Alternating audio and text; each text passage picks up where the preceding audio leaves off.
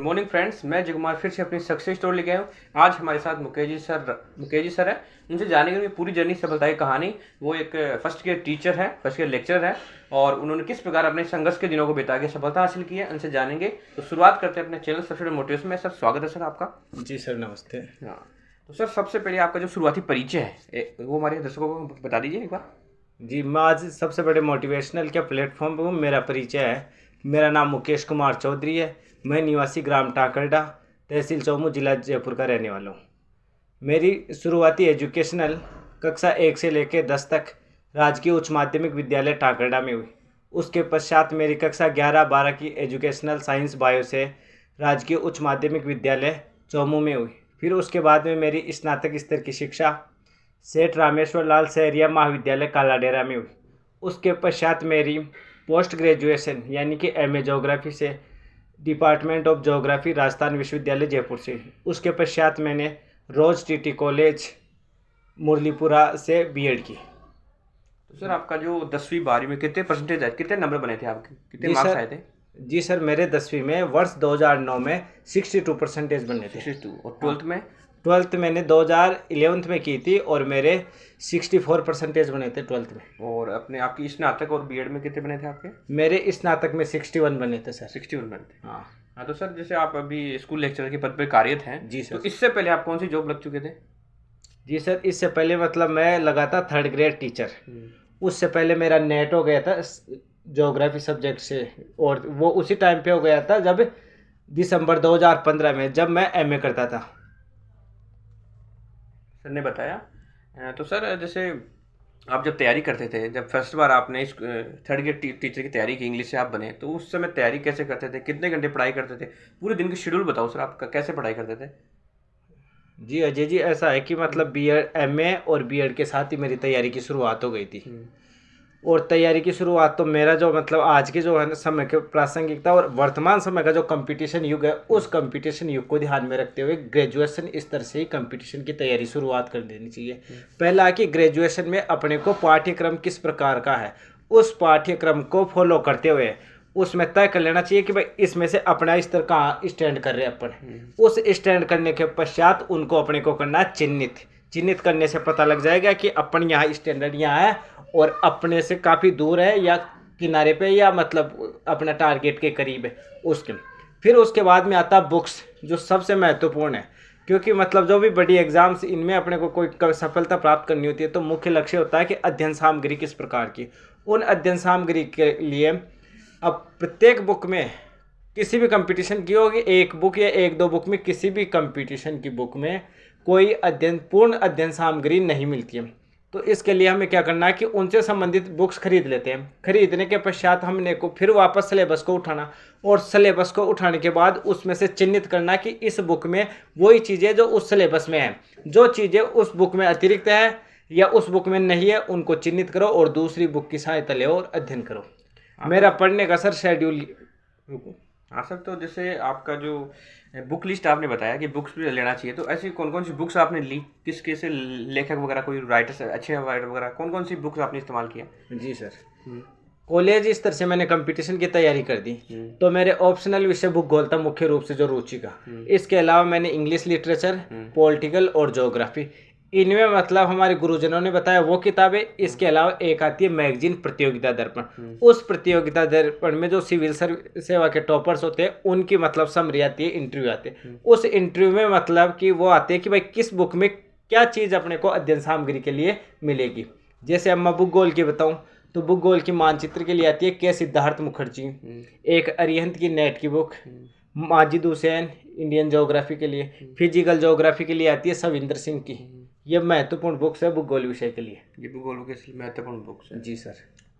तो सर जब आपको पहली बार पता चला कि आपका सिलेक्शन हो गया, तो उस दिन की स्टोरी पूरी बताइए। किसने आपको कॉल किया, किसने आपको बताया कि आपका जॉब लग चुकी है, फिर परिवार में माहौल कैसा था, आप कितने खुश थे, उस दिन की स्टोरी बताओ एक बार। जी सर, मेरा क्या है कि मतलब जब मैंने जॉब लगा उससे पहले मेरा ये था सस्पेंस कि मेरा जो रीट का स्कोर था तो रीट का स्कोर तो उच्च था मेरा, बट मेरी उस समय बीएड चल रही थी और बीएड चल रही थी और रीट का रिजल्ट आने में था तो मेरा स्थिति सस्पेंस ये थी कि अगर बीएड का रिजल्ट नहीं आया और रीट का रिजल्ट पहले आ गया तो बाहर हो जाएंगे।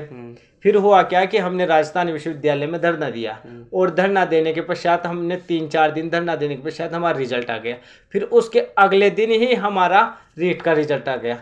उस दिन थी कृष्ण जन्माष्टमी और उस दिन मतलब कि देर रात को हम सोए थे कि भगवान श्री कृष्ण की पूजा करके है ना, जनरली 2 बज गए थे कि भाई चर्चा होके।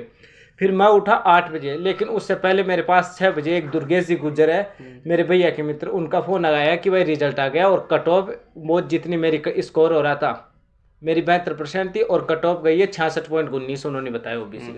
तो फिर मैं तत्काल उठा, ई मित्र की दुकानों पे गया तो 6 बजे कोई ई मित्र की दुकानें खुली नहीं थी। एंड्रॉयड फ़ोन पे चलाया तो तब हैंग हो रहे थे, चल नहीं रहा था सर्वर। और मतलब कि फिर घर वालों से संपर्क किया और मतलब जिन मित्रों के पास कंप्यूटर लैपटॉप की सुविधा थी उनसे मैंने ये जानकारी ली और फिर मेरे खुशी इसकी बात ये होगी सिलेक्शन हुआ। सिलेक्शन होने के बाद कि मेरा होम जिला जयपुर ही मिला मेरे को। तब आपको पता चला तो घर में सब परिवार वाले सब कुछ थे? जी सर। हाँ तो सर अगला सवाल ये है आपसे मेरा कि जो फैमिली है उसका परिवार का जो सपोर्ट है आपके प्रति कैसा रहा? जब आप स्टडी शुरुआत किए थे अपने प्रतियोगिता एग्जामों की तो आपका परिवार सपोर्ट कैसा रहा?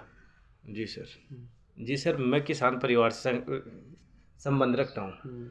मेरे परिवार में उस समय तक कोई जॉब नहीं थी, केवल मेरे चाचा जी जॉब में थे पोस्ट मास्टर के पद पर। उसके अलावा मेरे भैया शिक्षा के प्रति काफ़ी जागरूक थे, वो जॉब नहीं लगे थे, वर्तमान में वो असिस्टेंट प्रोफेसर है।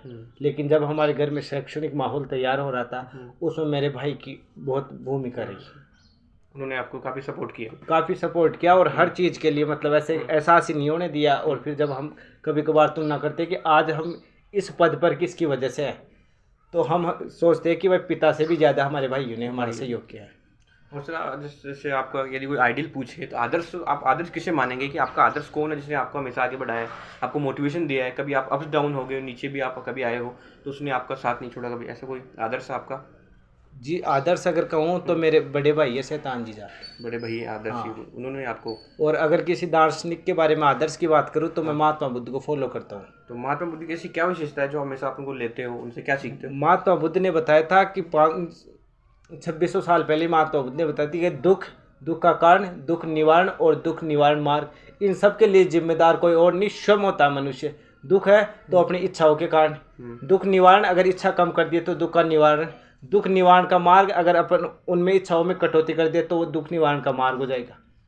तो उस प्रकार से मैं महात्मा बुद्ध को फॉलो करता हूँ। सर ने बताया कि जो महात्मा बुद्ध है जो दार्शनिक दृष्टि से सर के आदर्श हैं। तो सर सबसे जो जरूरी ये है कि आजकल जो सोशल मीडिया का विषय बना रहता है कि व्हाट्सएप पे, इंस्टाग्राम पे, फेसबुक, इस पर काफ़ी जो स्टूडेंट्स अपना टाइम खर्च कर रहे हैं, तो आपके हिसाब से इनको बंद करना चाहिए तो अपने पढ़ाई के समय, या फिर इनको भी मैनेज करके अपन पढ़ाई कर सकते हैं? जी अजय जी सर, ये है कि वर्तमान समय में सोशल मीडिया का काफ़ी चरम पर पहुंच गया और सोशल मीडिया में अनेक प्लेटफॉर्म है, YouTube, WhatsApp, Facebook, LinkedIn, Instagram, ये तो प्रमुख प्लेटफॉर्म है। इसके अलावा दुनिया भर के प्लेटफॉर्म है। तो इनमें केवल और केवल कुछ घंटे मात्र 24 घंटे में से मुश्किल से 1 से 1.5 घंटे अगर आवश्यक सामग्री हो वो देख लेनी चाहिए। बाकी इनमें क्या है कि जब अपन शुरुआत में जब इनका प्रयोग करते हैं तो शुरू में तो अपने को लगता है कि भाई अपन इनसे काफ़ी कुछ सीख रहे हैं काफ़ी, और फिर जब 1-2 साल हो जाते हैं फिर यूँ लगता है कि भाई इनमें कुछ ही नहीं, ये सब नॉर्मल चीज़ें। तो मेरा मतलब जो सोशल मीडिया का यूज करते हैं ज़्यादा, उनसे यही कहना है कि सोशल मीडिया केवल ज़रूरत के अनुसार करो और उनका सदुपयोग लो। ये सर ने बहुत अच्छे से बताया कि जो ज़रूरत की चीज़ें बस वही काम मिले, पूरा समय इसमें खर्च न करें। तो सर जैसे ऐसी क्या वजह थी कि आपको जॉब करना था, ऐसे आप गवर्नमेंट नौकरी लगना था, ऐसी क्या वजह थी कि आपको सरकारी सेवा में जाना था? जी सर, ऐसी तो कोई वजह तो नहीं थी, लेकिन वर्तमान में सामाजिक परिदृश्य और आर्थिक परिदृश्य को देखते हुए ये तय किया कि वर्तमान समय में कि राजकीय सेवा में ही जाना चाहिए, वर्तमान समय को देखते हुए। हाँ। तो सर जैसे अभी आप स्कूल लेक्चर के पद पे कार्यरत हैं जी, तो इससे आगे का कोई प्लान क्या है आपका, गोल क्या है, लक्ष्य, और कोई आप आगे तक कहाँ तक पहुँचने का आपका? जी सर, मैं वर्तमान में राजकीय उच्च माध्यमिक विद्यालय उपरेड़ा बनेड़ा भीलवाड़ा में कार्यरत हूँ और वर्तमान में मैं फिलहाल RS राजस्थान प्रशासनिक सेवा की तैयारी कर रहा हूँ और इससे पहले मैंने दो बार RS मेंस का एग्ज़ाम दिया है। मेंस का भी आप दे चुके हो? जी सर। सर ने बहुत अच्छे से बताया कि राजस्थान प्रशासनिक सेवा RS है वो सर बनना चाहते हैं, इनका जो फ्यूचर का गोल है वो है। हाँ तो सर जैसे काफ़ी युवा तैयारी करते हैं, बीच बीच में टेंशन हो जाता है, तनाव हो जाता है उनके, तो उसके लिए वो मेडिटेशन, योगा वगैरह, मॉर्निंग वॉक वगैरह जाते हैं, तो इसके लिए आप भी कुछ ऐसे कभी किया हो? जी सर।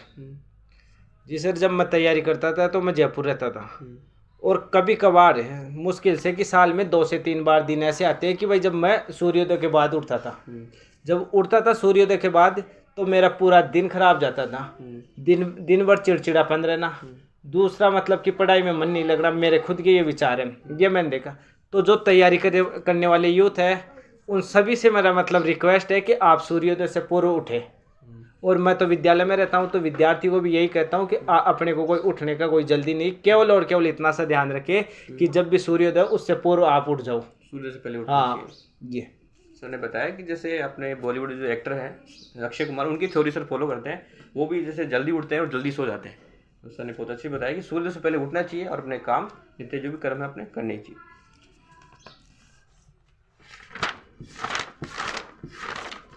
हाँ तो सर जैसे आजकल काफ़ी योजनाएं स्कूलों वगैरह में चल रही है, जिससे बच्चे भी लाभ ले रहे हैं, ग्रामीण क्षेत्र के लोग भी लेते हैं। तो ऐसी कौन कौन सी स्कूल वगैरह में योजनाएं चल रही हैं जिनके लाभ बच्चों तक पहुंच रहे हैं? कौन कौन सी स्कीमें चल रही है? जी सर, एक तो मिड डे मील योजना, जो काफ़ी पुरानी योजना, और ग्रामीण और किसान अंचल और जिन क्षेत्रों में मैं नौकरी करता हूँ उनके लिए तो ये रामबाण है कि एक तो पौष्टिकता, कुपोषण मुक्त भारत बनाने में लिए ये महत्वपूर्ण योगदान है। क्योंकि विद्यार्थियों में कुपोषण होगा, बच्चों में, तो वो क्या पढ़ेंगे, क्या अध्ययन करेंगे और क्या देश का भविष्य बनाएंगे। तो सबसे महत्वपूर्ण योजना चल रही है mid day meal. Mid day meal चल रही है, हाँ जी। इसके अलावा दूसरी चल रही है अपने मतलब पिछले सरकार से, राजस्थान सरकार ने चलाई है राजीव गांधी ग्रामीण ओलंपिक खेल योजना। ये प्रतिवर्ष आयोजित की जाती है। तो इसमें ये केवल स्कूलों के नहीं, पूरे गांव के लिए रहती है, लेकिन ये जनरली स्कूलों में ज़्यादा विद्यार्थी इसमें रुचि बढ़ चढ़ कर लेते हैं। सर ने बताया कि जो राजीव गांधी ओलंपिक खेल है उससे क्या सर्वांगीण विकास होता है बच्चों का, वो सरकार ने बहुत अच्छी सरकार की पहल है।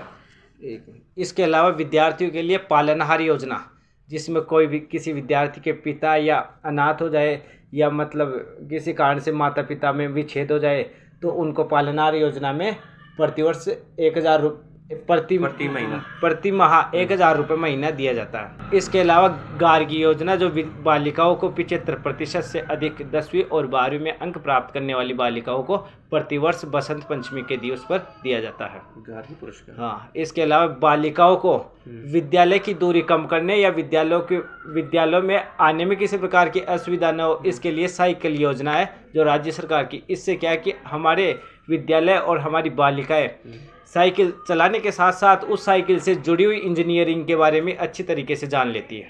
योजना जैसे आपके दिमाग में आ रही हो तो भी फिलहाल, और एक मैं जो हमेशा चली आ रही है वो है एक छात्रवृत्ति योजना, समाज कल्याण विभाग द्वारा चलाई जाती है। छात्रवृत्ति योजना जो SC ST OBC के विद्यार्थियों को दी जाती है ये। हाँ तो सर जैसे आपको कोई पूछे कि आप अपनी पूरी सफलता का जो क्रेडिट है वो किसे देना चाहोगे?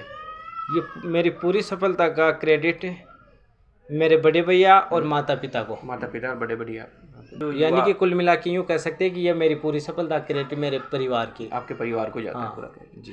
तो सर काफ़ी युवा आपके चैनल को भी देख रहे हैं, अपने वीडियो को देख रहे हैं, इस समय वो भी आपसे अच्छी अच्छी बातें सीख रहे हैं। तो उनके लिए आप क्या करना चाहोगे? कैसे अपनी तैयारी को परखें, कैसे अपना गोल बनाएं, कैसे उसके तरफ अग्रसर हुए, उसके बारे में कुछ बताओ। देखिए अजय जी सर, अपनी तैयारी को परखना अत्यावश्यक है।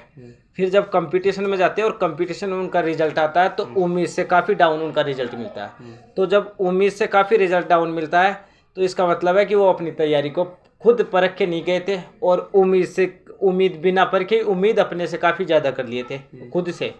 तो इसलिए कि उन्होंने सबसे महत्वपूर्ण जो विषय है वो है आत्ममूल्यांकन। आत्ममूल्यांकन से तात्पर्य है कि वो अपनी कमजोरियों को खुद ढूंढे, और खुद ढूंढने के बाद उनको चिन्हित करे कि भाई मैं कहाँ कहाँ कमज़ोर हूँ। फिर उन कमजोरियों को चिन्हित करने के पश्चात एक एक को दूर करने की कोशिश करे, और फिर उसके बाद में उनको दूर करते जाए और तैयारी करते जाए, निश्चित रूप से सफलता मिलेगी। सर ने बहुत अच्छी बताया कि जो अपनी कमियाँ हैं, कहाँ पे आप कमज़ोर हैं, उसको चिन्हित करें, उसके बाद में अपना लक्ष्य बनाएं और आप किसी भी एग्ज़ाम में सफल हो सकते हैं, क्रैक कर सकते हैं। तो सर लास्ट में ये कहना चाहूँगा कि जैसे आपकी कोई एक मोटिवेशन लाइन हो, कोई दोहा हो, कोई संस्कृत हिंदी में हो, कैसे इंग्लिश में हो, किसी में भी, जो हमारे बच्चों को ये मोटिवेशन करें, उनको प्रदान करें। जी सर, मेरा एक आदर्श वाक्य है कि मेहनत इतनी खामोशी से करो कि कामयाबी ही आपका शोर मचाएगी। सर ने बहुत कामयाबी ही आपका शोर मचाएगी। सर ने बहुत अच्छे शब्दों में बताया कि मेहनत इतनी शांति से करो कि सफलता शोर मचा दे। जी। अपन किसी भी कोई भी करते हैं तो अपन उसमें ज़्यादा नहीं, मेहनत इस हिसाब से करो कि जो सफलता है आपको पूरे जो जग में आपके फैल जाए। लास्ट में अपने चैनल सबसे बड़े मोटिवेशन की तरफ से सर को एक उपहार, छोटी सी भेंट। जी थैंक यू सर। और सर अपने चैनल में आए, अपने को समय दिया, सर को लिए बहुत बहुत धन्यवाद। इनका जो आगे का जो लक्ष्य है आरएस में जाने का, राष्ट्रीय प्रशासनिक सेवा में जाने का, उनका पूरा हो और सर की जो उज्जवल भविष्य उसकी कामना करते हैं।